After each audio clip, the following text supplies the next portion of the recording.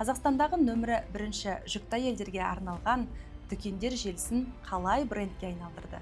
Бүгін сіздермен Бикештер бизнес бағдарламасында дәл осы тақырыпты талқылайтын боламыз. Мына жерде қарап тұрсақ, баланың күтіміне, ананың күтіміне, жаңа перзентханадағы қажетті ең алғашқы заттардың барлығын осы жерде таптық. Барлығы бар. Керемет. Роддомда болдым, көрдім, акушер-гинекологтармен келісе отырып, уже составлен осы список бұл жерде жазылып тұр для мамы, для ребенка. Қазіргі уақытта менде 6 филиал бар.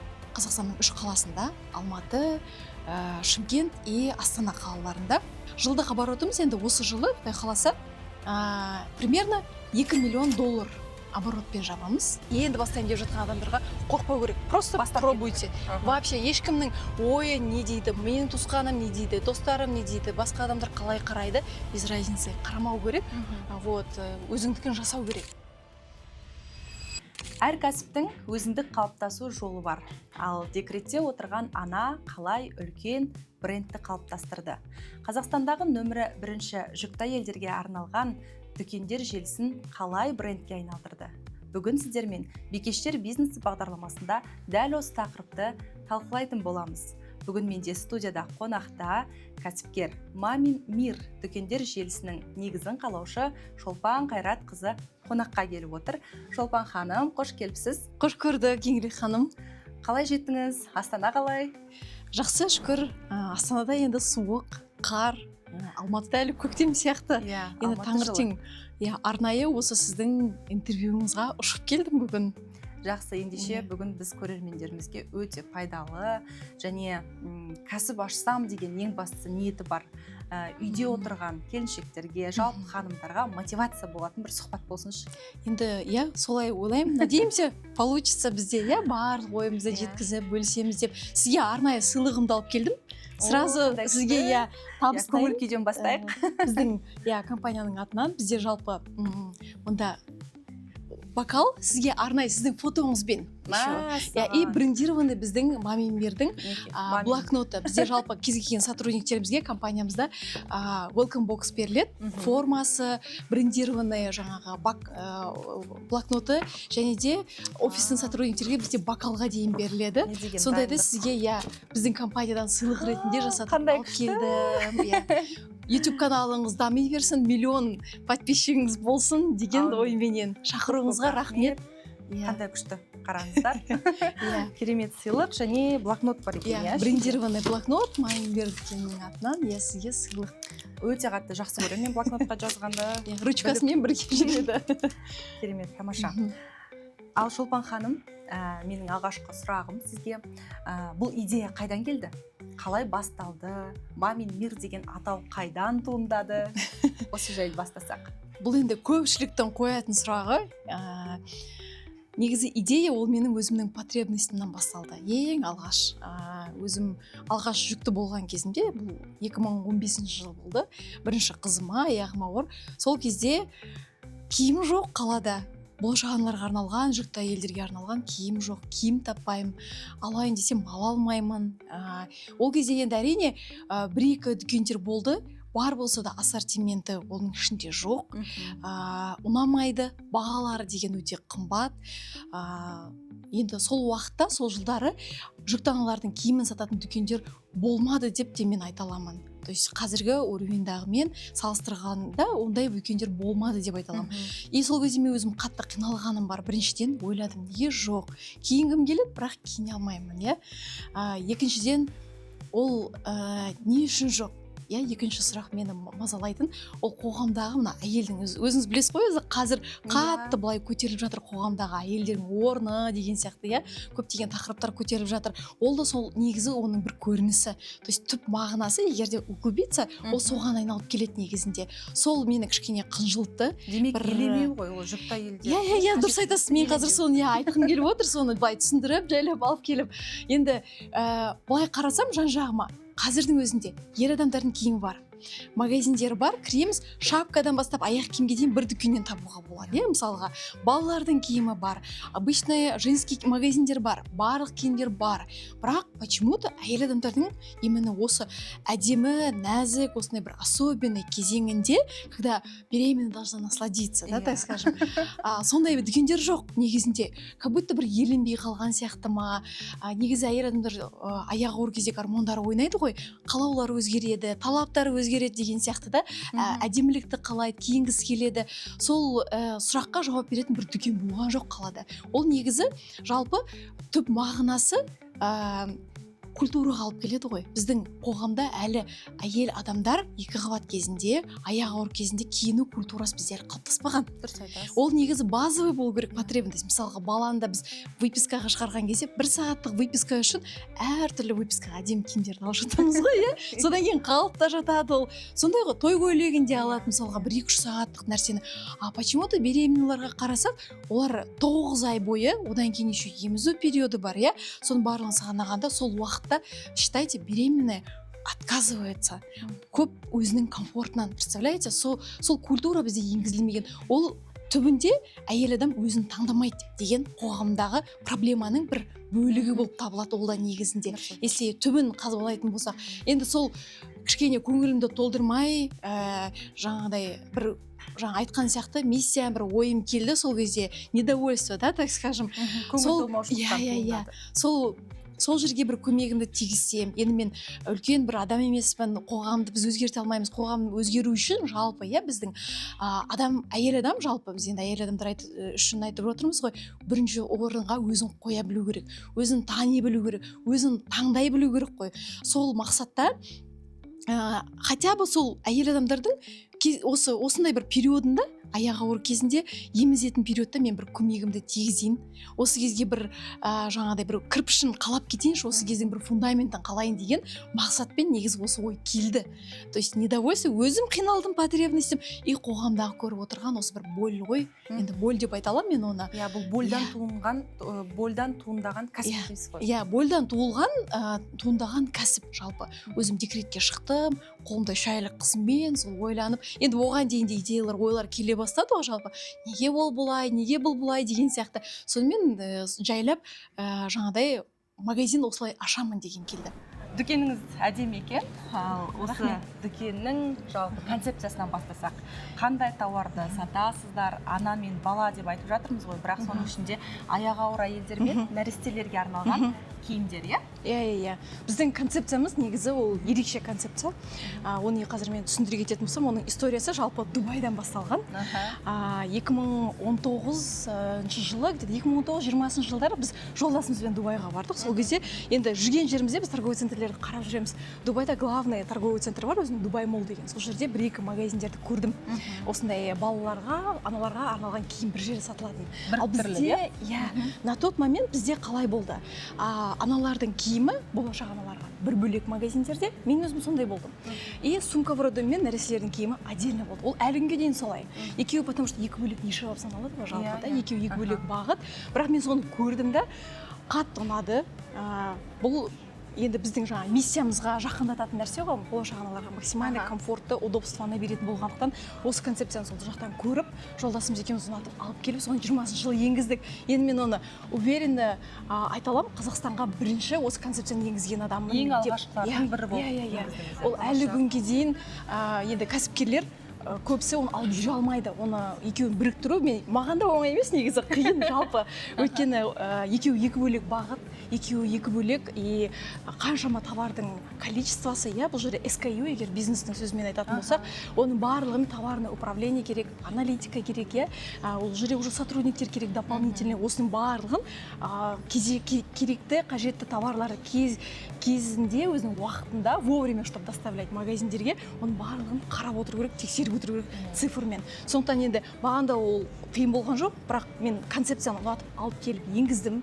Қанша қиын болса да жағдайда осыны алам, жасаймын, максимально, Мақсат чтобы қойдыңыз. мамочкаларға, болашақ аналарға барлығы ыңғайлы болатындай. Өйткені мен өзім өткендегідей, жаңағыдай во время беременности, сумка в роддомда бір жерден, балан киімін бір жерден, солай бөлек жинадым да, өзімнің енді опытымнан өткеннен кейін өзімнің бойлым, потребностьім соған жауап ретінде осыны енгізейін деп шештім. Өте жақсы. Өзіңізге ыңғайлы болуды іздеп, көптеген аналардың негізгі проблемасын шештіңіз, иә? Және байқауымша, Шолпан ханым, бұл жерде тек қана киімдер емес, барлық балаға қажетті тауарлар да бар. Яғни жуындыруға арналған крем дейміз. Енді өзім де осы бір жыл алдын ана атандым. Дәл осы дүкеннен келіп, сіздерден сумка роддом жинаған болатынмын. Қызық бір оқиға, күйеуім екеуміз келіп, ол кезде сіздерде бір 80 мыңға тауар жасасаңыз, бір сыйлық уәде етілген екен. Ой, біз 80 мыңға алмаймыз деп кіріп, қалай 120 мыңға тауар алып кеткенімізді байқамай қалдық. Өйткені барлығы керек. Шын мәнінде жаңа айтып жатырсыз ғой, негізгі проблеманы шештік деп. Расымен, мына жерде қарап тұрсақ, баланың күтіміне, ананың күтіміне, жаңа перзентханадағы қажетті ең алғашқы заттардың барлығын осы жерден таптық. Барлығы бар. Керемет. Енді бұның барлығын шынымен үйлестіру оңай емес. Оңай деп айта алмаймын, негізі өте қиын, бірақ енді миссиямыз үшін, мақсатымыз үшін алып жүру керек болады. Енді көп жағдайда бізде менталитетімізде дейміз ғой, енді біз босанғаннан кейін 40 күн үйде отырамыз ғой. 40 күн үйде отырған кезде, тем более ешқайда шыға алмаймыз. Мен өзім сол бірінші беременностьте көп қиналдым. Енді опытым жоқ, ол кезде ондай магазиндер жоқ, еш жерде ақпарат жоқ, список сумка в роддом деген жоқ. Мен неге осыларды білмедім деп та. Көп жағдайда біздің үлкен кісілеріміз, мамаларымыз айтып жатады, алдын ала алма, кейін аласың. Ырымдайды. Босанғаннан кейін алып барамыз деп айтып жатады. Бірақ мамаға негізінде важно өзі көріп, өзі ұстап алғаны. Бірақ мен де солай көп заттарды алмай қойған болатынмын. Бірақ после родов өзім қиналдым. 40-нан шыққанша шыға алмаймын үйден. Алайын десем, доставкада жоқ. Ол кезде әлі онлайн магазиндерде дамымаған ғой. Енді ол 2014 жылы ғой. 2014-2015 жылдары. И қазір сол магазинімізде стараемся барлық нәрсені алып келуге, чтобы мамочка уже аяғы ауыр кезде, роддомға дайындалған кезде спискпен барлығын алып алады. 40-нан шыққанша спокойно үйінде отырады. Затының барлығы түгел, бәрі бар. Еш жерге қажет емес. Егер де ұмыт кеткен жағдайда бізде онлайн доставка бар, мысалға жеткізіп береміз. То есть день в день барлығы бар. И жаңа сіз айтып жатқандай сумка в роддомға жаңа подаркалар береді деп жатсыз ғой, иә? Біз арасында акциялар жасаймыз. Дәл қазірдің өзінде бізде акцияларымыз бар. Сол акцияларыңызға қарай өтсек, жаңа мен байқап қалдым. Жаңа сумка в роддомға арналған акцияларыңыз жайлы айтып қалдыңыз. Қалай таңдаймыз, қандай жеңілдіктер қарастырылған? Енді сумка в роддомға бізде қазір акцияларымыз бар. Жерде барлығы жазылып тұр. То есть 3 суммаға 40 мыңға жиналса, мусиновый плед подаркке беріледі. 80 мыңға жинаған кезде конверт на выписку. Енді қандай сумка в роддом, қандай суммаға жиналса да, мамочкаға бір сыйлық берілсе қуанып қалады. Тем более аяғы ауыр кезде 160 мың теңгеге бізде ванночкамыз подаркеге беріледі. Енді оны былай да алады ғой, бірақ егерде сыйлыққа беріп жатсақ, ол кішкене қуанып қалады, сыйлық ретінде қабылдайды. И қалай айтсам болады, обратной связи. Кері байланыс. Благодарность барлығын алып жатамыз. Сол үшін акцияларымыз қазір бар әлі күнге дейін. И сумка в роддом жинаған кезде жалпы да біздің магазиннің ең ыңғайлылығы біздің осы аналарға, болашақ аналарға сумка в роддомды жинауды жеңілдету мақсатында. Жалпы енді мен мақтанған сияқты болмаймын, бірақ мына список сумка в роддомды да бірінші енгізген менмін. Өте жақсы ойлап тапқансыз, себебі маған да қатты көмегі тиді. Мына жердегі балаларға және аналарға арналған киімдердің атауын мен бұған дейін де білмегенмін. Осы жерден біз таңдап алдық. Минимальное количество бұл жаңағы өзім өткен, өзім роддомда болдым, көрдім, акушер-гинекологтармен келесе отырып, уже составлен осы список бұл жерде жазылып тұр для мамы, для ребенка. Если понадобится, қыздар бізде консультанттар ручка береді.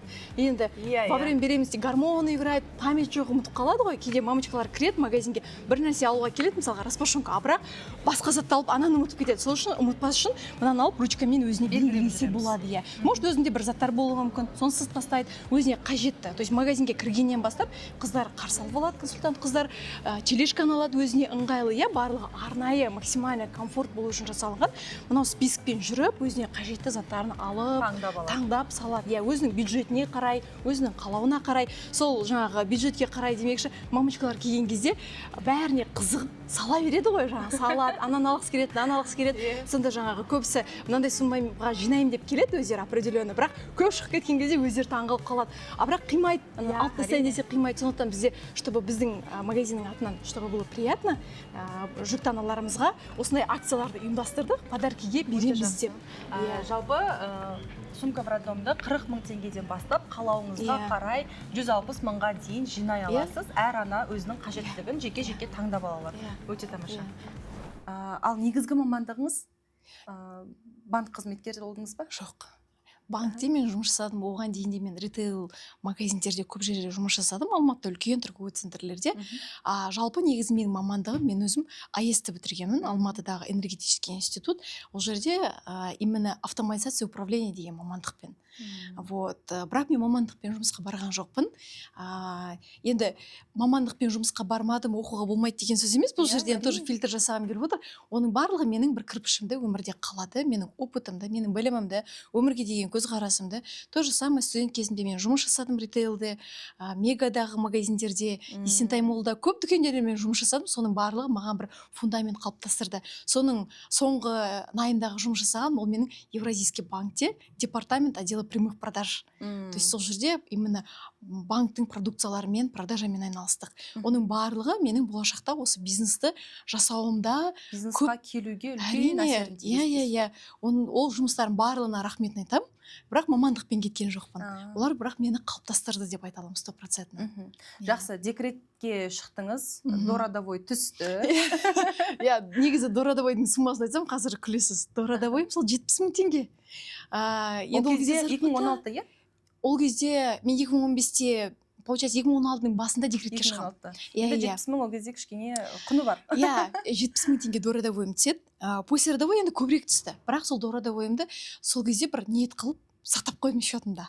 Тұра берсін, осыны мен бір нәрсемен жаратам деген оймен да. И босанғаннан кейін сол қызыма 3 ай сол кезде жаңағыдай осы анықтадым ғой, осы дүкенді ашам, онлайннан бастап көрейін. Енді онлайн рисков мало деген сияқты да.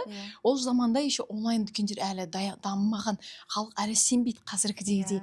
Бірақ бастайын дедім. Бізде тегін дәл қазірдің өзіне Инстаграм бар мысалға да. Инстаграмға ашып, өзім товарларды заказ бердім. Еще ол кезде китайский сайттардан заказ беремін ғой. Қазір енді олай жұмыс жасамаймыз ғой. Бірақ енді алғашқы закупты мен солай жасадым. 70 мың теңгемен заказ бердім, товарым келді. Барлығын өзім бір сотрудникпін үйде. Өзімнің кроватім ғой, спальный, соның үстіне әдемілеп нені төсеп қоям жаңағы. Чтобы фон болатындай.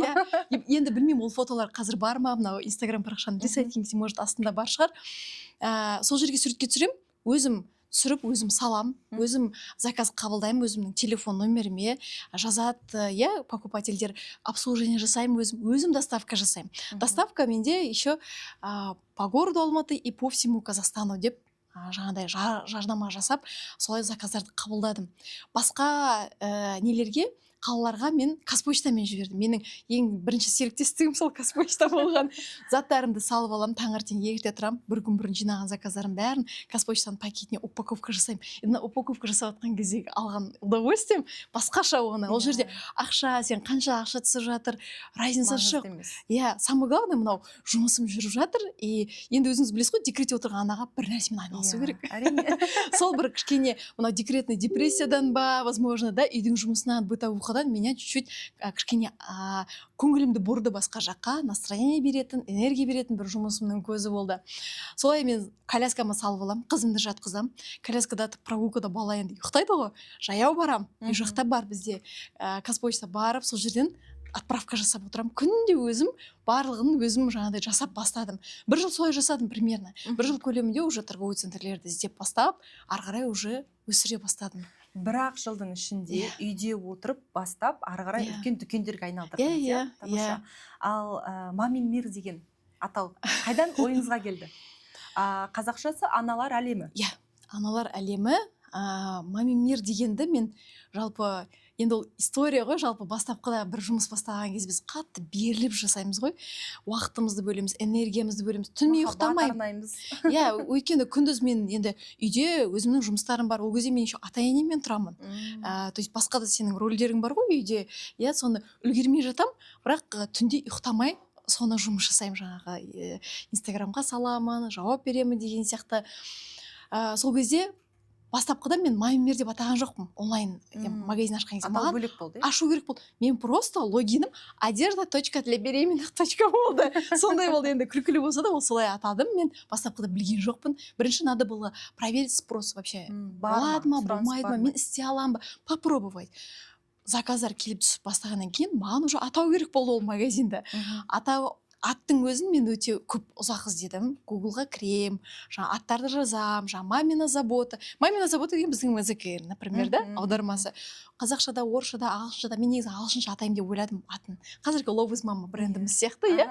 Солай ойладым, бірақ мен бастапқы қалағаным халыққа сол атау түсініктірек болсын. Біз енді ағылшынша жазбаймыз ғой, бізде кириллицамен қолданамыз, максимально жақын, народный бір бренд болсыншы деген оймен халық оқыды, сразу жаттайтын деген сияқты. Енді бұл жерде көп жағдайда мен былай оқимын да, клиентский путь деген бар ғой, жаңа тоже адамдар қараған кезде қалай оны жаттайды, өзім солардың орнына қойып, сондай немен енді оңай болсын деп маминмер деп атадым. Көбісі тез жаттайды оны. Біреулер айтады маминамер. Өте тез және ойда жатталатын және расымен брендке айналатын дүкен екен. Менің таныстарымның көпшілігі осы дүкенді біледі және көптеген құрбыларым да сіздерде сумка в роддом жинаған екен. Перзентханаға өздерінің керек жарақтарын сіздердің дүкендеріңізден алған екен. Бірақ сол негізін қалаушы кім, қалай бастады екен деп бүгінде айта қалып едім, барлығына қызық болды. Енді мінекей өзіңізбен танысып отырмыз, өте қуаныштымыз. Мында декретте отырған аналар бізде көрермендер көріп отыр. Шын мәнінде осының мүмкін екендігін, үлкен сумма қажет деп көпшілігі уақытқа, ақшаға байлап емес. Даже кішкентай суммамен бастауға болады. Ең бастысы не қажет? Ең бастысы бұл жерде сол бірінші қалау ғой, ниет. Жаныңмен, жан дүниеңмен соны қалау, болады ма, болмайды ма, ол белгісіз. Қалау и соған беріліп жұмыс жасау. Сол кезде өзі результат, деньги, ол как побочный эффект келеді ғой, соңында өзі. Кез келген суммамен бастауға болады, ешқандай шектеу жоқ. Тем более қазіргі заманда Инстаграм дамыған заманда. Мүмкіндіктер қазір өте көп дейсіз ба? Қанша филиалыңыз бар қазіргі уақытта? Жалпы қазіргі уақытта менде 6 магазинім бар, 6 филиал бар. Қазақстанның 3 қаласында, Алматы, Шымкент и Астана қалаларында. Алматыда бізде 4 дүкен бар. Олар Апорт Мол Вест, Апорт Мол Ист торговый центрлерінде, торговый центр мол деп аталады олар. Гранд Парк торговый центрінде и стрит форматта бір дүкеніміз бар, Жібек жолы көшесінде. То есть 6 дүкеннің 4-еуі ол бізде Алматы қаласында. Біреуі Шымкент қаласында. Самый крупный Шымкент Плаза торговый центрінде, ол біздің Достық Плаза, Алматының Достық Плаза торговый центрінің филиалы. Ең соңғы 6-шы магазиніміз ол біздің Астана қаласында. Қазір мен Астанаға көштім. Осы жылдың февраль айынан бастап жұмыс жасап жатыр. Торговый центр Азия паркте. Қазіргі уақытта 6 магазин бар, бірақ 6 магазиннің өзін қазіргі уақытта осылай қалыптастырып, 6 магазиннің өзін осылай алу үшін маған негізі 12 магазин ашып, 6-ын жабу керек болды. Негізі история бойынша ол солай. 12 магазин ашылды, негізі? Жалпы сондай. Ол көшіру бар, жалпы ашасыз болмайды. Басқа жаққа көшіресіз дегенде жалпы 12. Кейбір сәтсіз болады деген. 12 магазин. То есть ол қазіргі 6 магазин аша салып сол жерде жүріп кетті деген сөз емес. Ол оның өзі жаңағы келуім үшін маған 12 дүкен ашуым керек болды да, жолы солай. Мына жерде бірнеше танымал брендтерді көріп тұрмыз, балалардың күтіміне арналған заттар, ең қажеттілерін көрсетіп таныстыра кетсеңіз. Бізде негізі магазиндеріміздің барлығында определенный брендтер представлетілген, негізінде көрсетілген. Көп мен қоса бермеймін. Және сапасы өте жақсыларын таңдайды екенсіз. Тексерілген, жаңағыдай, потом, чтобы мамочка қолданғаннан кейін балаларда аллергия болмайтындай тексерілген, уверенный сондай брендтерді мен ұсынғым келеді, сондай өзі қажетті, минимальный. Енді бұл жерде ең бастысы балаға всегда біз присыпка деп айтамыз. Негізі роддомға алған кезде, роддомда да, потом после родов үйде де қолданатын ол присыпка.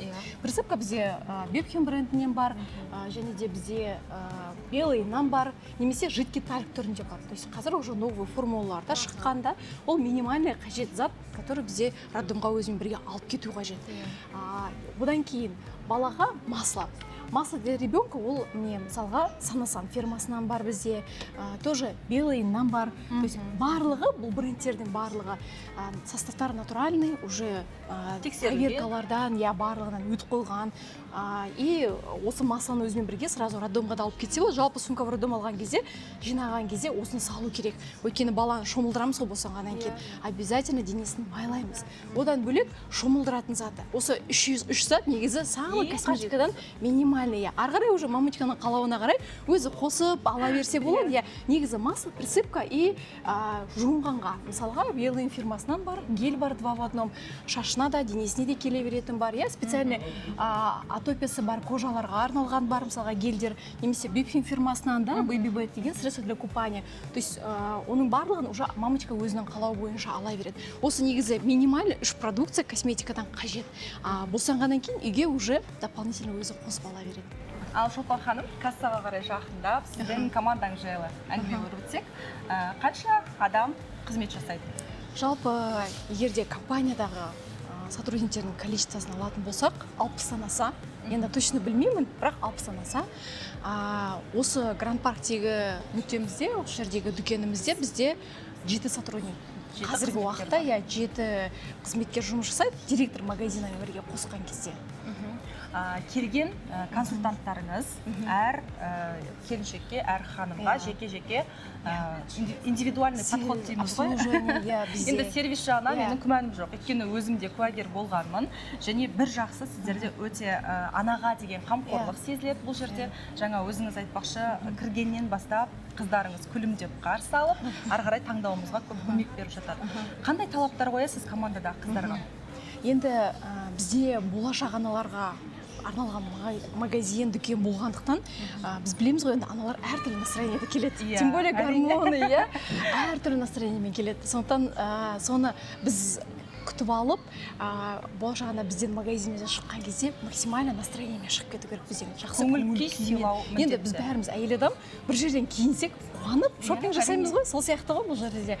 И бізде бірінші орынға қоямыз всегда сервис. Бірінші очередь сервис. Сервисті беру үшін ол просто так күліп қарсы алудан бөлек обслуживание бар. То есть барынша көмектесу, түсіндіру, өйткені бұндай дүкендер бұрын болмаған, бұл жаңа нәрсе, тем более басқа әйелдердің киімін сататын дүкендермен салыстырғанда, ол жақта консультация особо керек емес. Кіріп өздері киіп алып кете береді. Бұл жерге келген кезде бірінші жүкті болып тұрғанына, тем более білмейді, не алам. Оның үстіне бізде қараңызшы, размер өзгеріп кетеді ғой. Сол кезде размермен бізде сұрақтар өте көп. Дұрыс алып жатырмын ба, дұрыс алып жатқан жоқпын ба? Сондықтан біздің дүкенде особое внимание ол именно сол сервиске бөлінеді. Ол сервисті біз беру үшін каждый консультантымызды, әрине біз жұмысқа алған кезде отбормен аламыз. То есть оларда обязательно опыт работы болу керек. Қазақша, орысша сөйлей алатын болу керек. Олар жұмысқа келгеннен кейін біздің компаниямызда өзіміздің ритейл тренеріміз бар. Жалпы отдельный сотрудник, который бөлінген осы жұмысқа обучение жасайды. Барлық материалдарменен, то есть жаңағы шалбар ма, мысалы шалбар туралы толық жазылады. Оның преимуществосы, оның не үшін таңдау керек, не береді. Мамочка алған кезде ол затты кигенде не алады. Вот сол туралы барлығы жазылады, сол беріледі, сол бойынша обучение жасалынады. Каждый сотрудникке обучение жасалынады. И қасында жүріп сопровождение. Пока сол сотрудник үйренбейінше жағында жүріп түсіндіреді, чтобы мама келген кезде магазинге болашақ анамыз ол полностью бізге сене алатындай болу керек қой. Енді соған біз всегда күш жұмсаймыз, негізінде соған біз упор максимально сол сервисқа көңіл бөлеміз. Өте тамаша. Байқап отырсақ, бұл жерде Шолпан ханымның кәсіп жолы барлығы стратегиялық бағытта дамып отырады екен.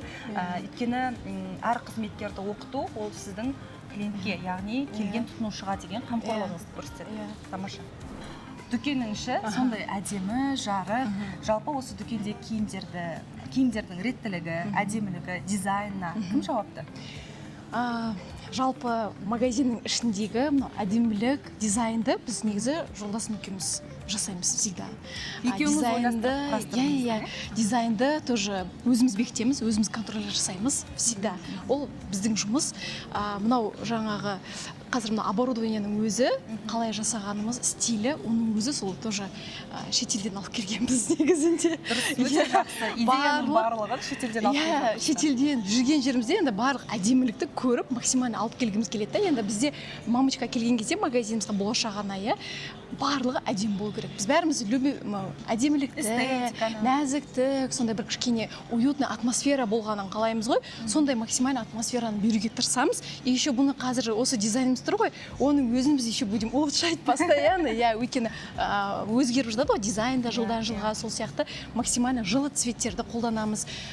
Примерочный зонамыздың өзінде тоже максимально удобствоны жасаймыз. Жаңағы путь клиента дейді ғой, даже примерочныйдың өзінде шығып, қай жерде киініп көреді, қалай айнаға қарау мүмкін. Өзім еще елестетіп көремін жүріп. Мына жерге айна керек, мына жерге мынау жетпейді, или айнаның размерін үлкейту керек деген сияқты оборудованияларды қойып магазин дизайніне келгенде, ол жерде мен өзім кірісемін. Ол өйткені үлкен ответственность. Одан кейінгі уже магазиннің ішінде киімдердің ілуі, ол өзіңіз байқағандай мершпен ілінеді бізде. То есть бір жерге алып, бір зона тек қана шалбарға, бір зона блузкаға деген жоқ. Бұрын сондай болатын менде. Бұрын болатын. Карантин жылына дейін ғой деймін, солай жұмыс жасадық. Даже 21-ші жылға дейін, может, 20-ші жылдың соңынан бастап, қалай жаңа айттым ғой, концепцияны алып келдім, өзгерте бастадым. Бұрын мен мерчті өзім жасайтынмын, өзім үйлестіріп. Дәл қазіргі моментте мерчті мен өзім жасамаймын, оны жасайтын өз адамдары бар. Ол жерде контрольда жасайтын, сол мерчтің кәсіби мамандары бар. Региональный директорымыз контрольда жұмыс жасайды. То есть контролирует өзі. На месте уже магазиндерде өзі, әр магазиннің өзінің директорлері бар, солар уже контрольда ұстап отырады. Әдем болу керек. Даже вот вешалкалардың өзі мынандай ара қашықтықтары ровно болу керек қой. Сондай требования, барлығы ровно болу керек. Мысалға, киім тоже бір болады ғой, бітіп жатады, оның барлығын алып сразу орын ауыстырып іліп отыру керек. Складтан шығарып отыру, енді әр дүкенде өзінің склады бар ғой, шығарып толтырып отыру керек. Соның бәрі максимально красиво, эстетично, чтобы келген кезде барлығы көзге көрінетіндей, ұнайтындай болу керек. И болашақ анамыз магазинге келген кезде затты таба алатындай болу керек қой, еще түсінікті болу керек. Көрдіңіздер ма, құрметті көрермендер, өз кәсібіңе деген махаббат осындай ерекше сезімнен туындайды. Ол ең алдымен тұтынушыға деген қамқорлық. Жақсы. Білуімше, бұл отбасылық кәсіп, күйеуіңіз қалай қолдады? Енді декретте отырғанда көбіміз білеміз, күйеуден, ата енеден, тағы басқа сырт көздерден қолдау күтеміз. Кейбірі сенбейді, кейбіреуі ақша бермейді, болмаса қойшы бұл идеяң жүзеге аспайды деуде мүмкін, Ал сіздің күйеуіңіз қандай көзқараста болды? Негізі Еңлік ханым бұл жерде маған повезло деп айтсам болады. Мен жолдасым қолдау көрсетті бастапқыда, егерде мен дәл қазіргі уақытта біз жолдасымызды бірге жасаймыз. Бұл отбасылық бизнес. Менің жолдасым өзім компаниямызда ол CEO болып жұмыс жасайды. Ол біздің тілмен айтқанда генеральный директор должностында. Екеуміз бірге жасаймыз, бірге ақылдасамыз, әлі күнге дейін бірге жұмыс жасаймыз. Как партнеры. Жалпы басталған кезде әрине идея маған келді. Ол өзінің жұмысы бар. Ол кезде ол международный фарм компанияда жұмыс жасайды. Маркетолог, продуктолог должностында. Оның ол кездің өзінде зарплатасы сол кезде $2000 алады. Ол 2014 жылы біз үйлендік қой, енді тұрмыс құрдық, екеуміз. Басқа компанияда жұмыс жасайды, бірақ мен үйде отырып енді өзіммен өзім осылай ойлап тауып алған нәрсем ғой, енді бастапқыда. Ол маған сенікі хобби болды деп те айтады кейде. Солай қараған шығар бастапқыда. Мен өзім осылай жұмыс жасап жүрдім, үлкейттім, оборот жаңа бір жылдың ішінде өсіп, магазин ашып бастаған кезде маған оның көмегі көбірек керек болды. Әрине осы бір жылдың ішінде мен онлайн доставка жасап жүргеннің өзінде ол маған қолдау көрсетті. Даже идеяның өзін айтып, енді мен Жан деп айтам, атын айтпаймын, көп жағдайда. Ол да маған солай енді. Атымыз айтса, как будто жаңағыдай. Енді идеямды айтқан кезде, осындайды ашқым келеді деген кезде, ол хорошо, попробуй. Никогда. Сен анализ жасадың ба, сен ойладың ба, қарадың ба, бола ма? Ешқандай, абсолютно доверие. Ол енді қолдау шығар. Енді сол несі прям қатты қуантты. Мен ол даже картинканы да әлі, я помню, екеуміз сөйлесіп жатқан, мен ұсындым, сразу қабылдады, айтты, все хорошо. Мен айттым, енді бізде семейный бюджет қой екеумізде, біздің өзіміздің сондай отбасылық, қалай айтсам болады, біздің правиламыз, Мен айттым, менің дородовойым түсті, мен дородовойды қолданам. Осыған құям.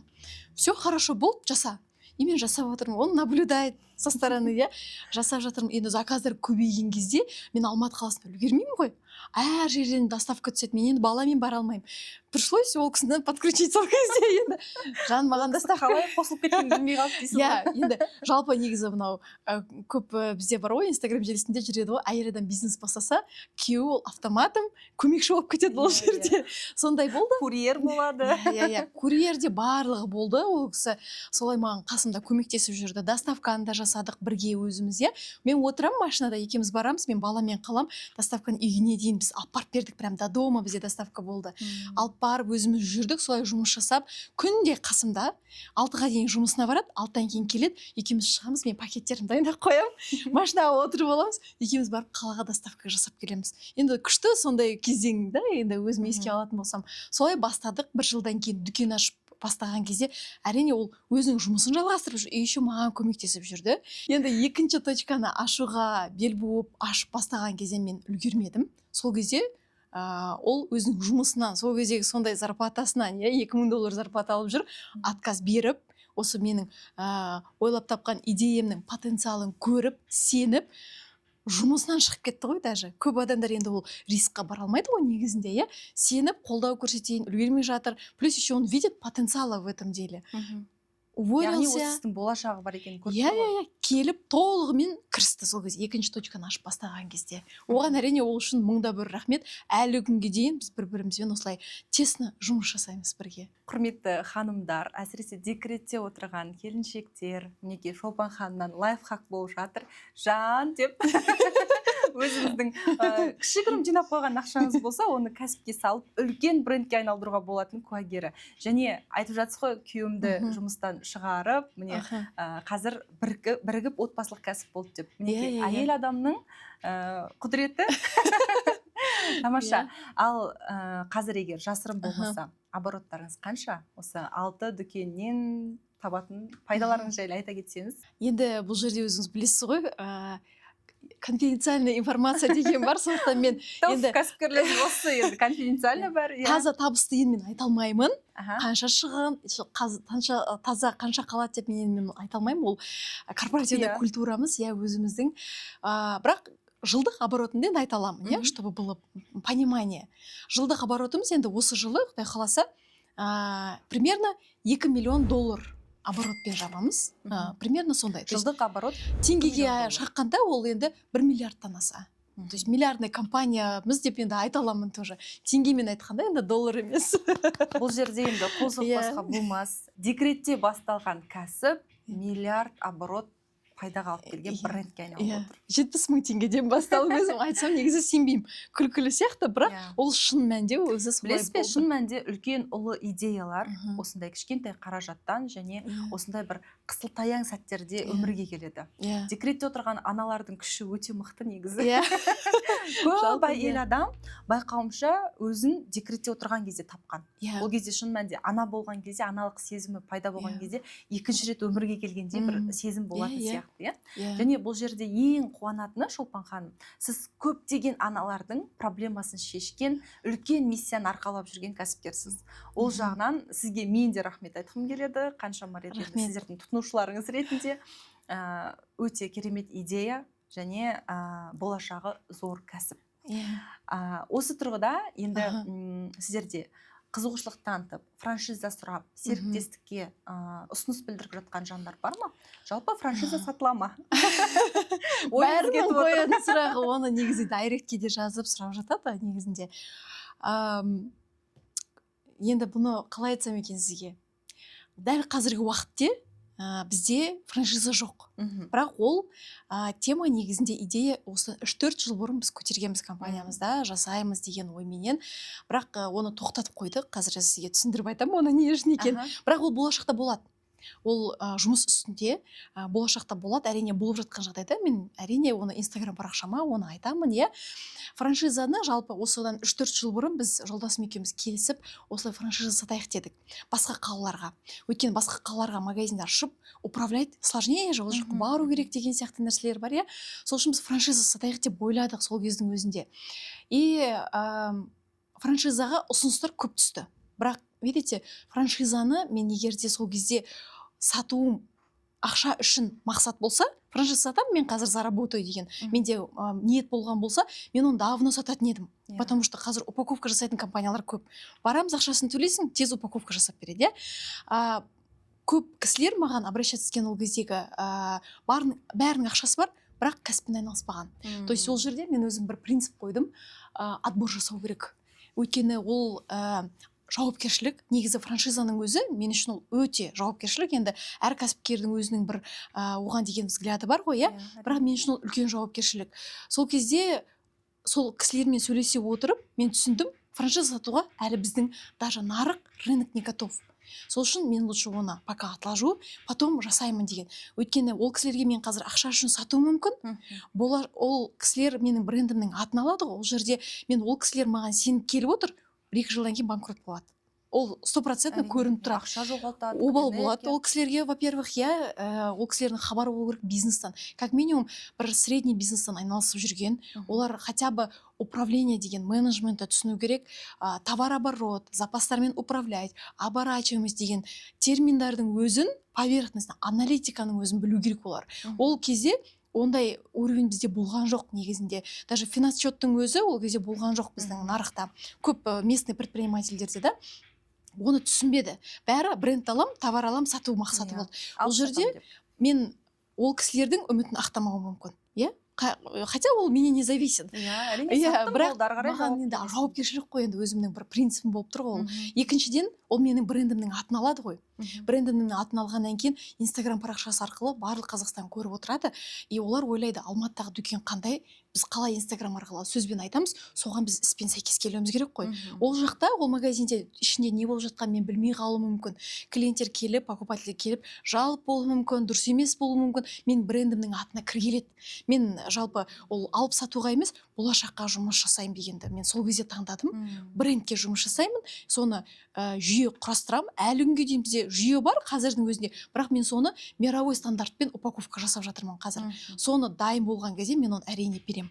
Ол кезде мен сізге мысалы, сіз франшиза сұрап келсеңіз, мен жаңа айтқандағыдай ғой, кітап. Мен кітап жазып беруім керек. Мен сізге беремін, сіз оқисыз, сізге ол түсінікті болу керек. Ол компания қалай жұмыс жасайды. Сіздің уже определенный уровеньдағы мышлениеңіз, біліміңіз болу керек. Ол білімді талап етеді. Өйткені даже бізде енді нарықта қалай айтсам болады, өзімнің достарым бар, таныстарым бар, кәсіпкерлермен біз көп сөйлесеміз ғой.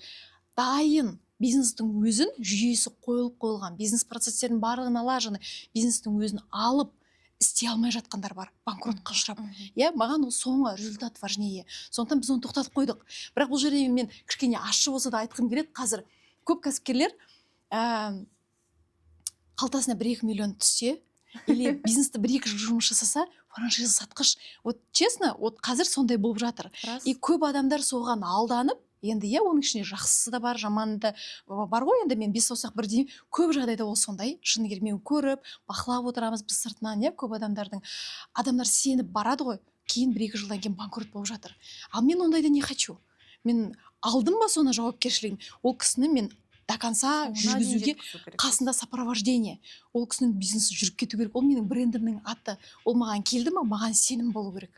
Вот сондай тұрғыдан мен қараймын, сондықтан мен жаңағы франшиза сатқыш деп отырмын ғой. Сондай қазір көп, өкінішке орай, мен ондай адамдардың қатарына кіргім келмейді, оған мен жауапкершілікпен келгім келеді. Сондықтан мен қазірдің өзіндегі компанияма мировой стандарттағы инструменттерді компанияма енгізіп жатырмын, чтобы система идеальный болу керек та. Сол кезде мен аламын да оны копи-паст беремін.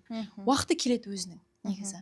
Демек, уақытын күтіп отырмын дейсіз ғой. Ол жұмыс жақсы. Бұл жерде сіз де өзіңіздің оқырмандарыңызға, сіздің тұтынушыларыңызға және франшиза сұраған әр адамға деген қамқорлық пен жанашырлық сезімі ғой енді.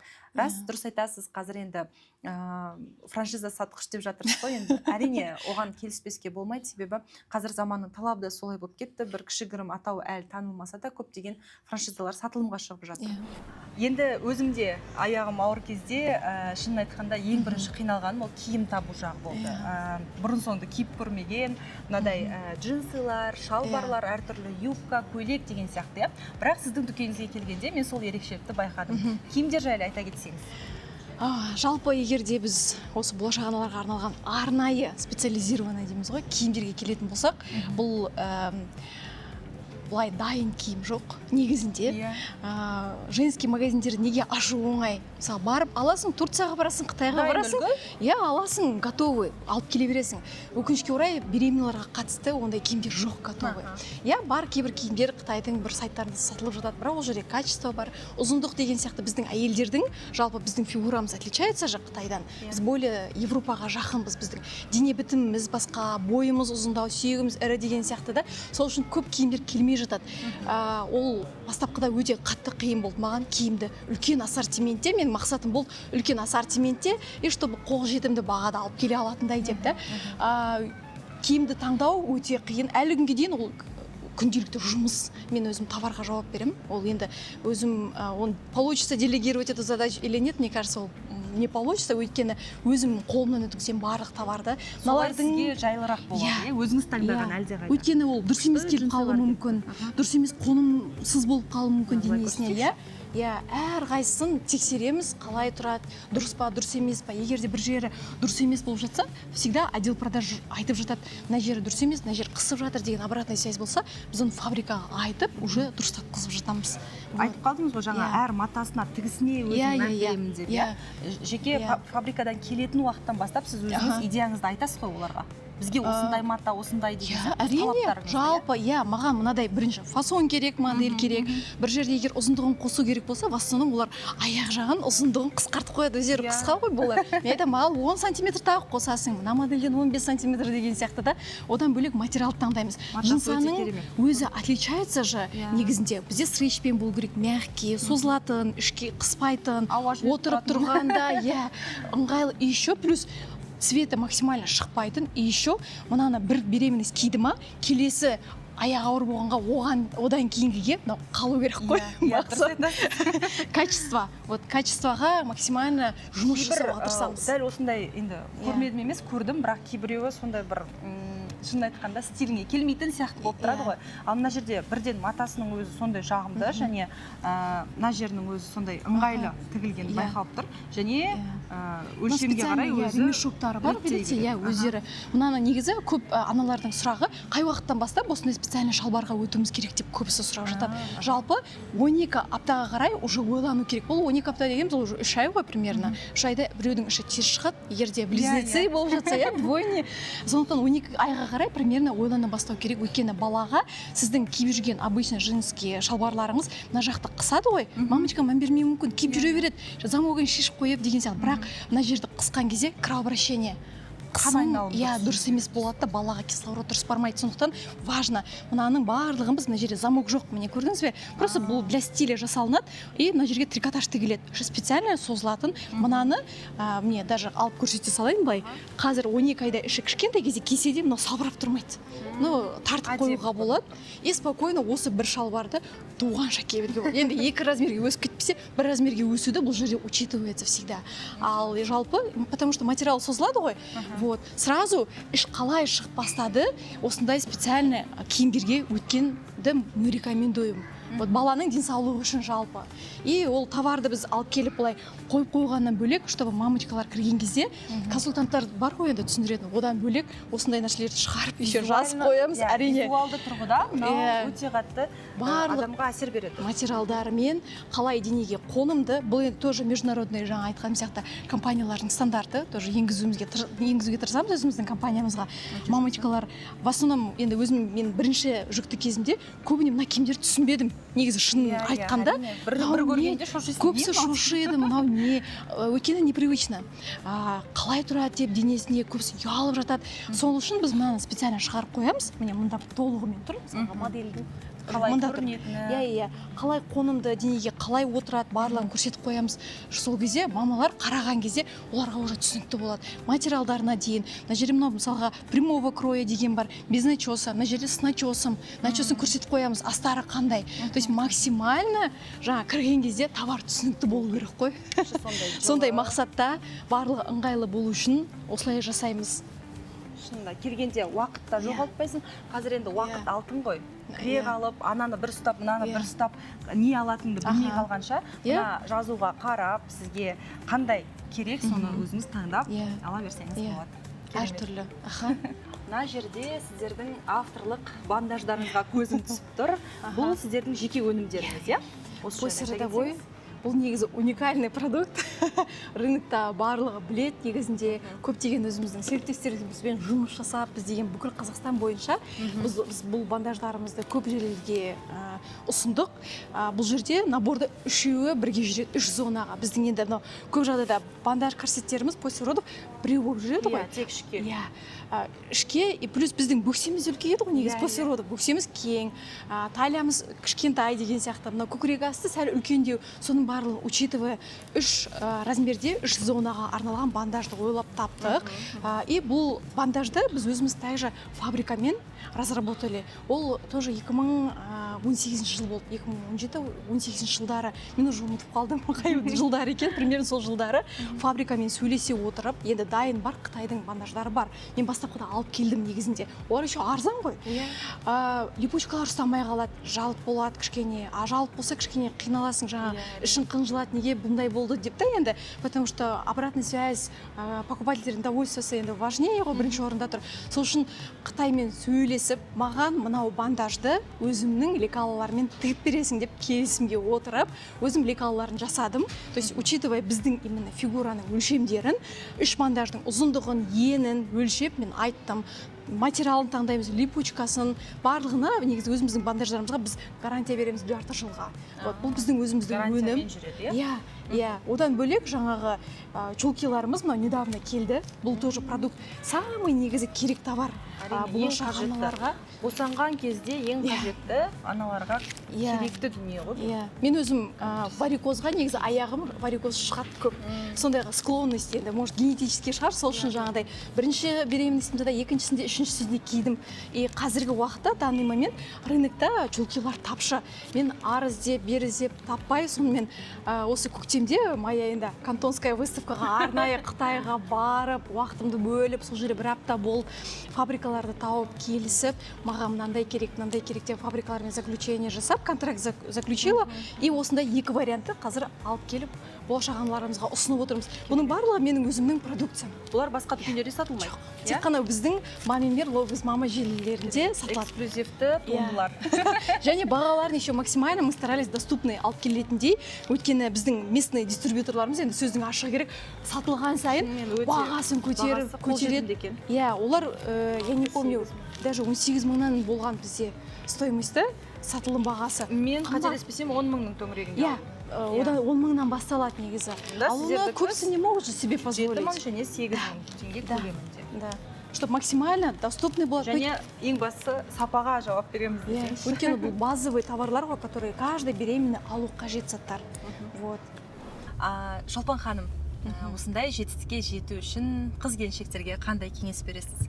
Кәсіптегі, жалпы болмаса мемлекеттік қызметтегі қазір көп адамдар успешный успех жайлы әңгіме айтады ғой. Жалпы мен енді бұл жерде бөлу керек шығар. Енді бастағысы келіп жатқан қыз-келіншектерді отдельно оларға бөлек кеңес беретін едім. Ал бизнеста жүрген ханымдарға оларға бөлек, енді екеуі екі бөлек қой. Енді бизнес бастағысы келіп жатқан адамдарға, ханымдарға жалпы менің кеңесім біріншіден мүлдем қорықпау. Ойыңа идея келді ма, ол идея просто так келмейді негізінде. Ол бір потребностьтан келеді, бір проблеманы шешуге, басқа. В основном енді қазір 1 минут. Жалпы енді бастаймын деп жатқан қыз-келіншектерге, ханымдарға менің кеңесім ол мүлдем қорықпау. Ойыңа ой келсе, бір бизнесті бастау болсын, басқа да жалпы басқа да направленияларда өсу керек болса, мүлдем қорықпай, соны жасау. Негізі бізде мынау қоғамда, бұлай жалпылама айтатын болсақ, әйел адамдарға рөліміз көп қой негізі жалпы, обязанностьтарымыз көп. Солардың ішінде сіз өзіңізді жоғалта алмау, өзіңіздің керегіңізді түсініп, соның артынан жүру и қорықпай пробовать ошибаться. Қателесуден қорықпау керек. Көбісі қорқады ғой, сол ошибка жасап қоямын деген сияқты. Перфекционизм қосылады мысалға да. Сондай нәрселердің барлығын өшіріп, максимально өзінің мақсатына жетуге жаңағыдай тырысу керек. Мен соны айтамын. Бастапқы енді бастайын деп жатқан адамдарға қорықпау керек. Просто пробуйте. Вообще ешкімнің ойы не дейді, менің туысқаным не дейді, достарым не дейді, басқа адамдар қалай қарайды, без разницы, қарамау керек. Вот, өзіңдікін жасау керек. Енді жаңа жақсы айттыңыз, успешный успех дейді ғой. Мен ондай нәрсеге сенбеймін. Енді Инстаграмда бізде көп нәрсе айтылып жатыр ғой. Бірақ мен ондай нәрсеге сенбеймін. Успех ол только трудтың арқасында келеді. Только еңбек, дисциплинамен келеді. Олсыз ол келмейді. Ол жерде үлкен еңбек жатыр. Вот, енді бизнеста жүрген ханымдар болса, бизнеста жүрген ханымдарға мен қандай кеңес беремін? Егер де ол бизнесін ары қарай дамытамын, басқа бір уровеньға көтеремін деген оймен, мақсат болса, ол жерде мен айтар едім, бірінші цельмен определиться. Өйткені көп кісілер, енді ол жалпы ханымдарға емес, жалпы ер адамдарға да, жалпы былай бизнеста жүрген адамдарға ол кеңес, көбісі келіп ашып алады, ақша құяды, ашады, алып сатады мысалға да, көп жағдайда солай ол. Алып сатуды біледі, бірақ оған бизнес ретінде қарауды білмейді, упускает один момент, цель поставить заранее. Өйткені ол өте маңызды. Біз жаңағыдай бастапқыда энергиямен, мотивациямен ашып бір нәрсені жасап кетеміз ғой, бірақ сол жерде адам өзін жоғалтып алуы мүмкін, когда ақшаның артынан қуып жүрген кезде ше. Сол үшін сол жерде важно цельді определить. Бизнесте кез келген жерде ол определить надо цель. Потом сол цельді алып декомпозиция жасау керек. То есть оны қағазға түсіріп, жазып, қалай сіз жетесіз, соның барлығын декомпозиция жасап тастау керек. Декомпозиция жасап, смарт жүйесі деген бар. Енді көбісіне белгілі ғой, смарт жүйесі деген бар. Ол жерде сіздің целіңіз ол анық болу керек, четкий, ясный, қанша уақытта сіз оны жете аласыз, ненің көмегімен, соның барлығы толығымен жазылу керек. То есть декомпозиция жасайсыз, и сол декомпозицияға стратегия құрылады. То есть кез келген бизнеста ол солай жасау керек, план болу керек, стратегический план жасалыну керек. Өзіңіздің уровеніңізге, ол не обязательно, что прям крутой болу, өз деңгейіңізге қарай жасайсыз. Ол ары қарай шлифовать етеді ғой, адам өседі. Соны бір басқа келесі уровеньға өзіңіз өткізіп отырасыз. Сондықтан біз оны не үшін жасау керек? Ол миға түсінікті бізде. Біздің миымыз ол негізі особый бір біздің органымыз ғой, который кішкене жалқаулау деп айтуға болады. Ол постоянно защищается, постоянно біздің энергиямызды жинап, экономдап отыруға тырысады. Сол үшін көп жаңағы адамдар мен былай істеген кезде мүмкіндік болғанда мен былай жасайтын едім деп ақталып жатады ғой, бірақ оның барлығы действиеға алып кіреді. А чтобы действовать, мозгу должно быть понятно. А каким образом понятно? Вот как раз таки цель, декомпозиция, стратегия құрып, миға команда беру керек. Сен былай жасайсың, 3 айдың ішінде мынаны жасайсың, мынаның 6 айдың ішінде мынаны жасайсың деп бөліп тастау керек. Сол кезде миға ол понятно, қалай жасайсың миға, ми орындауға дайын болады. Миға сол кезде ол түсінікті, и сол цельдің артынан жүрген кезде өзі жайлап орындала бастайды. Просто бізде қалай көбісі бір нәрсеге жеткісі келген кезде сол ең соңғы конечный результатын елестетеді да, уже артқа қайтады. Мен оған жете алмаймын ғой дейді. Ал оны алып айға, жылға бөліп тастап шаққан кезде ол еш нәрсе емес негізінде. Вот солай декомпозиция жасап, стратегиямен жүру керек. Цель определиться. Сіз өзіңіз мақсаттарыңызды жазасыз ба? Конечно. Өзімнің компанияныкі бөлек енді. Оны мен қазір отдельно айтып бере аламын. Бұл жерде жаңа еще қосып кеткімге отыр, жаңағы сол кеңеске деген жерге. Мен кеңес беретін едім, өзі дамыту всегда. Оқу өту, обученияларға бару, өзін дамыту, өзіңді дамытсаң, сенің компанияңда сондай уровеньға өседі. Өйткені мен 100% сенемін, маған дейінде оны көптеген предпринимательдер, бизнесмендер уже дәлелдеп қойған. Бизнес ол продолжение собственника. Ол қалай ойлайды, оның қандай құндылықтары бар бойында, ценности, оның қандай принциптары бар, компания сол принциптарға байланысты құрылады. То есть бір сөз ол компания – это продолжение собственника. Соны миға просто құйып алып, постоянно сол туралы ойлау керек. Корпоративный культура құру керек. Оның барлығына білім қажет етеді ол.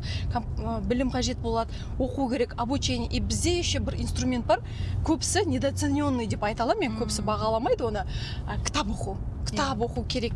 Біреу өміріндегі опытын алып, кішкентай кітапқа жазып кетеді. Сіз оны опытпен 1 жыл, 2 жыл жүріп, ошибаться етіп түсінуіңіз мүмкін, бірақ біреу жазып кетті ғой оны уже. Оқып алып, 1-2 аптаның ішінде соны уже можно применять. жалпы. Біреудің тәжірибесін сабақ ретінде алып өз өміріңе қолдансаң. Кітап оқу керек. Кітап вслух қазақша болсын, орысша болсын, вслух оқу керек, чтобы мына тіл байлықтың өзі. Мен онымен өзім де жұмыс жасаймын, мен айта алмаймын. Тіл байлығым прям күшті деп мүмкін да, енді біреуге қалай біз енді өзімізді қатты оценка жасағанға енді неміз ғой. Өзімізді кішкене түсіріп оценка жасаймыз біз бизнесмендерде осындай. Сол жағынан мен де өзім оқимын. Кітап оқуға тырысамын. Оқуға көп жағдайда біздің уақытымыз болмай жатады ғой, енді былай кітап ұстап, иә. Ондай кезде енді аудиокнигалар бар, кітап телефонда тыңдап, хотя бы бір ақпарат алып отыру керек өзіңізге өзіңіздің. Вот. Мен соны кеңес беретін едім, өз-өзін дамыту. Ол обязательно нәрсе. Одан кейінгі сіздің сұрағыңыз соңғы напомните. Мақсатыңызды жазасыз ба? Мақсатым демекші, енді өзімдікін айтайын ба бірінші, или компанияныкін айтайын ба? Өзіңіздікінен бастаңыз, кішігірім, сосын компанияныкіне. Өзімдікін мақсаттарымды негізі мен осы последний 2-3 жылда келдім десем болады. Оған дейін ол бәрі менде басымда жүретін мақсаттар. Иә. Бірақ когда я поняла, что ол мидағы нәрсе ол орындалмайды, қағазға түспей орындалмайтынына көзім жеткен кезде, соңғы 3 жылда я практикую қағазға жазам. Менің өзім специальный блокнотым бар, блокнот моего развития. Мен солай айтайын. Сол блокнотыма мен жыл сайын жаңа жылдың алдында өзім цельдерім жазам.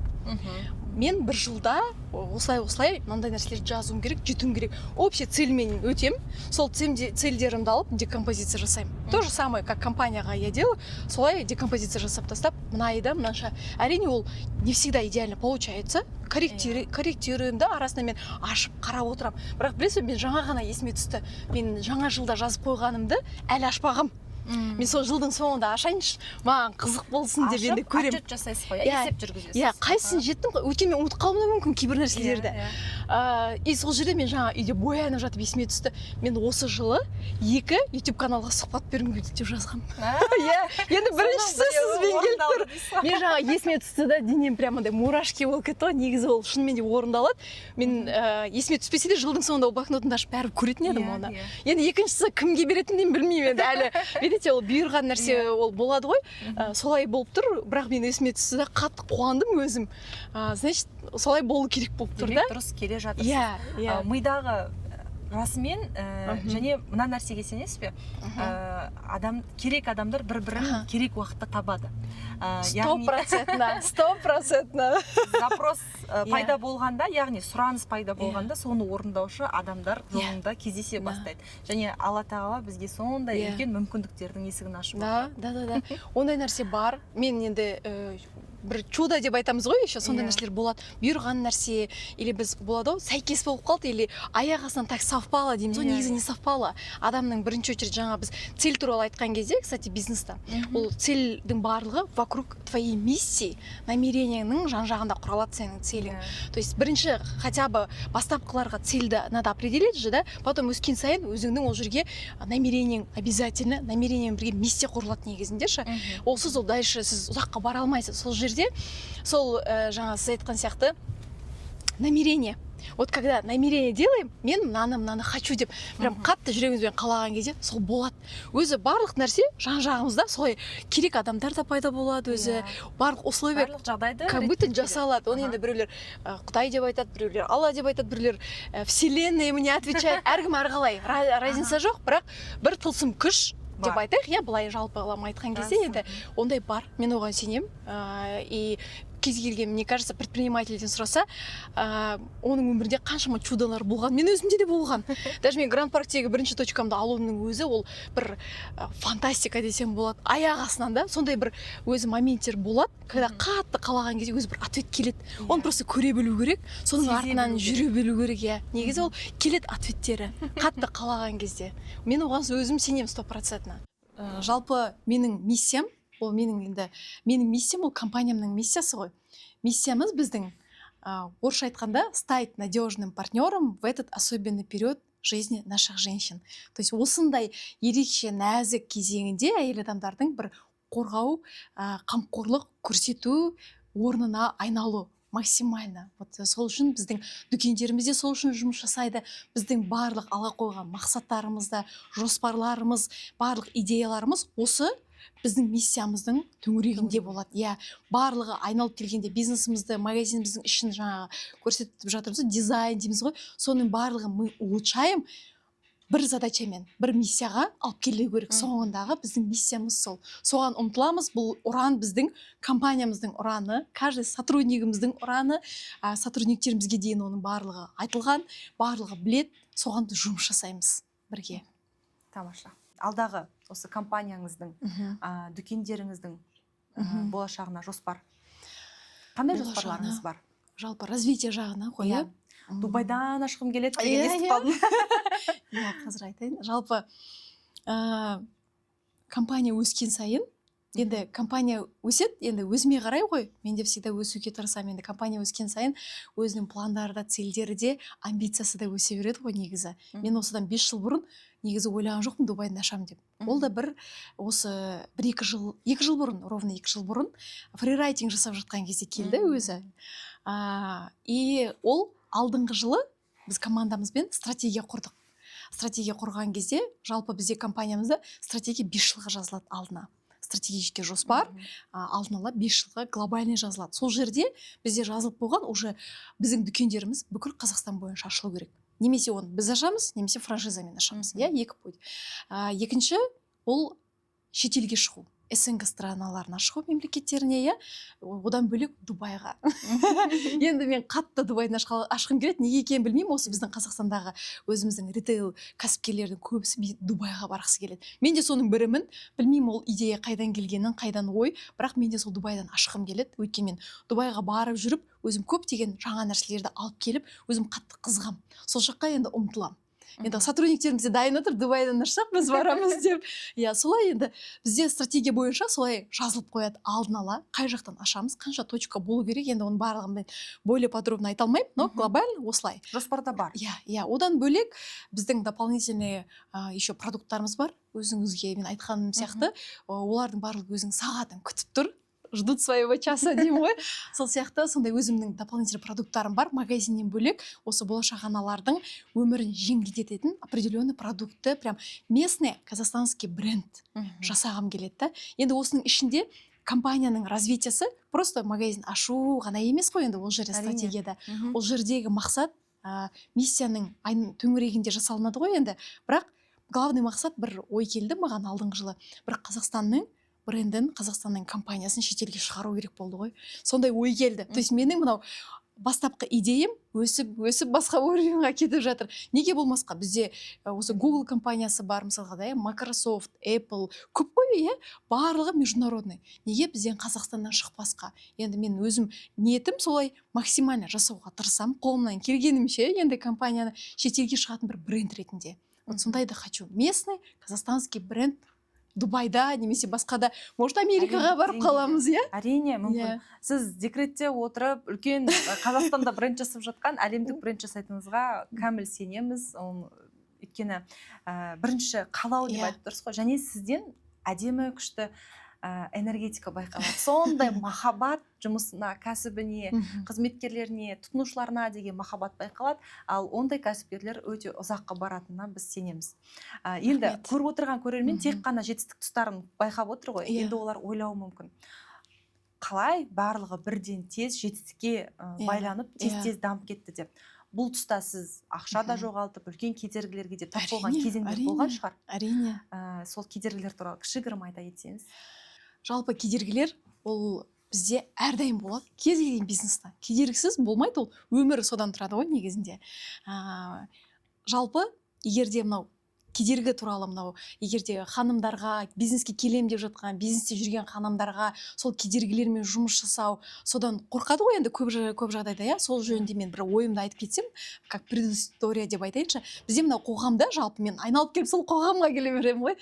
Қоғамдағы әйел адамдардың рөлі өте көп. Біз біріншіден әйеліміз, иә, жұбайымыз, екіншіден біз келінбіз, мен өзімде келінмін әлі күнге дейін, бірақ ата-енеммен тұрдым. Одан бөлек біз мама, папамыз, мы родители, иә, балаларымыздың алдында ответственность көп. Сол әйел адамдарға жалпы бизнес ашам деген кезде салыстырмалы түрде ер адамдармен салыстырсақ, ер адамдарда больше возможностей, оларда больше свободы жасауға бір нәрсесін. Өйткені үйінде әйел балаларға қарап отыр, тамағын бәрін жасап отыр. Ол ер адамдарда мүмкіндік өте көбірек. Әйел адамдарда мынау рөл көп болғандықтан олардың кедергілері өте көбірек. Негізінде сол жерде әрине жолдасының бірінші поддержкасы бірінші орында тұрады. Өйткені әйел адам көбіне жаңа энергиямен жүреді, мотивациямен. Егер жолдасы қолдау көрсетпей артқа тартса, көп әйелдер сөніп қалады. Или қоя салады, артқа тарта салады. Аз ондай әйелдер, мен сенің мнениеңді не учитывая, я иду вперед дегендер өте аз негізінде. И сол тұрғыда мынау менде де ол болмады емес, менде де болды. Барлығы мен қазір осылай 6 магазин өсіп жатқан уровень всегда болған жоқ. Я мен өзім айтқанда декреттен бастадым, без ничего, с нуля мен өзім бизнесті қаладым. Сол кезде де менде де определенный бір кедергілер болды. Бірақ мен оған кедергі деп қараған жоқпын. То есть задача здесь кедергі деп қарамау. Оны қарау керек. Бұл жағдайда мен не істей аламын?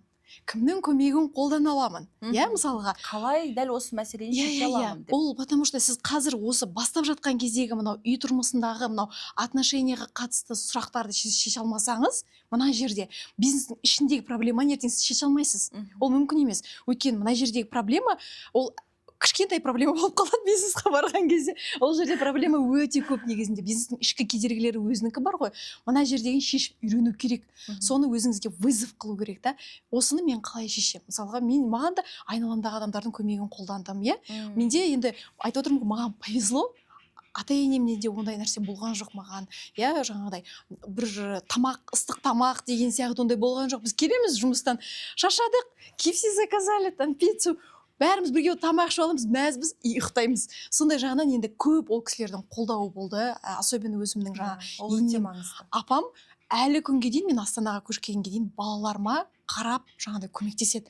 Ол деген маған үлкен көмек. Егер де мен ойлаймын жаңағыдай мамочкалар болады, жазады жаңа бізге кейде үйде отырмын, ешкімі жоқ. Барлық туысқандар басқа қалада тұрады. Олар ол кісілерге баламен бизнес бастау өте қиын. Даже жұмыс істеу, не то что бизнес. Өзінің бір жердегі жұмысын жасаудың өзіне қиын. Өйткені баланың өзі вниманиен требует, баланың өзі кедергі болады. Жалпы бизнесқа. Вот сондықтан біз должны находить выход из ситуации, подстраиваться, баламызды тапсырамыз, басқа бір варианттарын тауып шығамыз. Вот сол кедергімен жұмыс жасап үйренсеңіз, болашақта уже кез келген вопросты шешуге болады.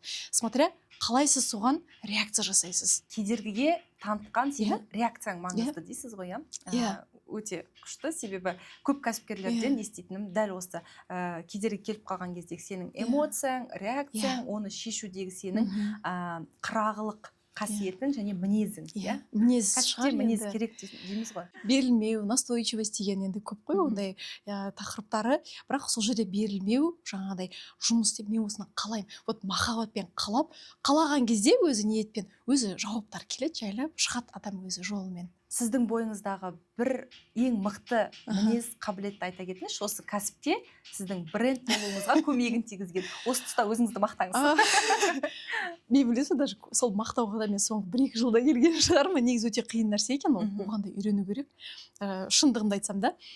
Ең біріншіден, ол енді айналамдағы жолдасым бірінші очередь, жолдасымның айтуы бойынша мен ой түйгенім бірінші ол менің позитивный адам. Мен негізі позитивпін. Жалпы көңілді жүресіз. Иә, позитив, сондықтан мен көп кедергі болып жатса, проблема болып жатса да, мен оған позитивпен стараюсь смотреть. Конечно, проблема келіп жатса мен ойлаймын, бірақ мен позитивный адам болғаннан кейін, оны шешкеннен кейін ұмытып қаламын мен.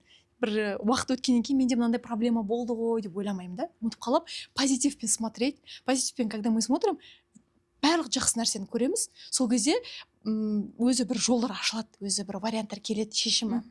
Екінші енді, наверное, ол менің мінезім шығар. Қандай мінезіңіз нақты? Настойчивость. Мен оны... Табандылық. Иә, табандылық. Мысалға, біз енді бәрін біліп тумаймыз ғой. Мен оны білмейтін нәрсемді, мен білмеймін бұл жақта. Маған ол жақ тұман, көрінбейді, мен ол жаққа бармайым, қорқам демеймін. Иә, мен білмеймін, бірақ мен ол жаққа барам, жол өзі ашылады. Вот солай да, сондай. Ол әлі күнге дейін сондай. Мен жаңа стратегия деп айтып отырмыз ғой. Бәрі былай әдемі, мысалға да 5 жылға жазылып қойған. Бірақ ол орындала ма, орындалмай ма? Уақыт көрсетеді ғой. Бірақ біздің задача планировать, сонымен жүреміз. Жолда өзі жолдар ашылады тұман. Қалаумен, махаббатпен, өзіміздің ниетпен жүрсек, өзі жолдар ашылады. А мынау компания, результат, деньги ол как побочный эффект келеді негізінде. Оны мен уверен айта аламын, ол солай. Өте керемет. Енді мына сұхбаттан өзім үлкен мотивация алып отырмын. Өзім де жақында декреттен шықтым, және декреттегі аналарды өте қатты түсінемін. Енді бұл сұхбатымыз тек декреттегі аналарға емес, барлық қыз келіншектерге арналады. Көрдіңіздер ғой, қандай кішкентай ғана жолдан үлкен мүмкіндіктер ашылып, бүгінде мінекей бренд дүкен жасап отырсыз. Алла қаласа, дүкеніңіз әлемдік деңгейде көріне берсін. Біз сізге тілекшіміз. Үнемі алға қойған мақсаттарыңызға жете беріңіз. Риза болған, сізге рахметін айтатын тұтынушыларыңыз көп болсын. Рахмет. Біз сіздермен қоштаспаймыз. Келесі кәсіпкерді күтіңіздер. Бикештер бизнесі бағдарламасын өткізіп алмай көріп отыру үшін міндетті түрде менің YouTube каналыма жазылып қоюды ұмытпаңыздар.